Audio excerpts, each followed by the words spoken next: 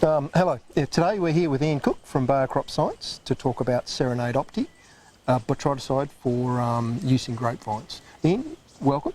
Thank you very much, Mike. Good to be here. Thank you. Can you tell us a little bit about how Serenade Opti works, please? Okay, so firstly, Serenade Opti is a biofungicide. That's the best way to describe it. If we look at it in a grapevine sense, it's the metabolites that are doing all the heavy lifting as far as controlling botrytis. So it's registered for botrytis in grapevines.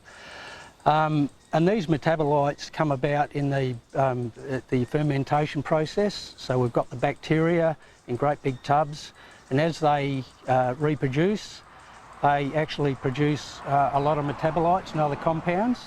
And these compounds have got antifungal and antibacterial activity. So, and then we dry freeze the product, and it becomes Opti, because Opti's a wettable powder. Mm-hmm. Yeah, so that's basically what it is. We've got a product that's quite active on botrytis. It's protective product rather than or a preventative product. Coverage is important as well, because it's only a contact product. It's not systemic at all. Mm-hmm.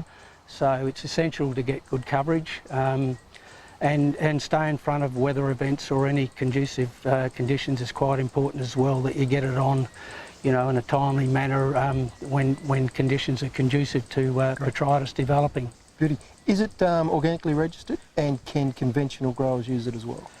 Yes, anyone can use it. So we got ACO fully organic certified during 2020. So any grower can use it, including organic growers.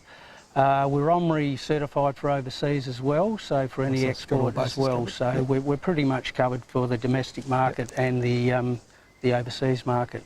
And compatibility, it's compatible with most products? Well, that's one of the real benefits of Serenade Opti. It's compatible with, well, virtually all other products that you would want to put in a tank mix with it. Mm-hmm. We haven't really found any issues with any other products. It stores well in most warehouse or grower shed type situations. Yep. And even at application, you know, there's no major restrictions on sort of weather conditions when you apply the product either. Okay, great. And best times to apply it, so bunch closure and afterwards? Well, I mean, obviously guys can use synthetic products normally, so if they're not an organic grower, well then probably the main timing would kick in from pre-bunch closure onwards, because yep, that's when most of the synthetics, you can't go beyond then. Yep. With most synthetic fungicides.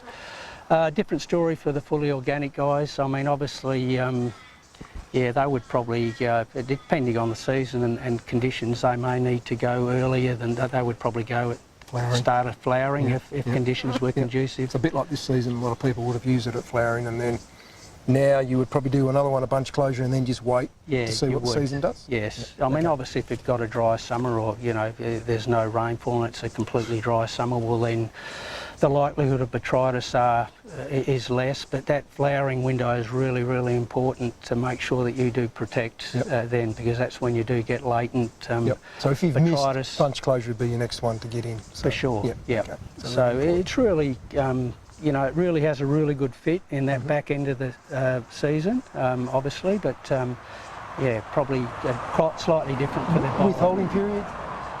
Nil withholding period. Oh, okay, so that's fantastic. That's so if you've got it in the system early, it can help you all the way through. Yeah, for sure. Oh, great, fantastic. Yeah, so all in all, it's got a really good fit. Yeah, and obviously just need to be vigilant and make sure that you're getting it on, you know, at those critical times when it's needed. Great, fantastic. Thanks very much, Ian. Thanks, Mike. Cheers.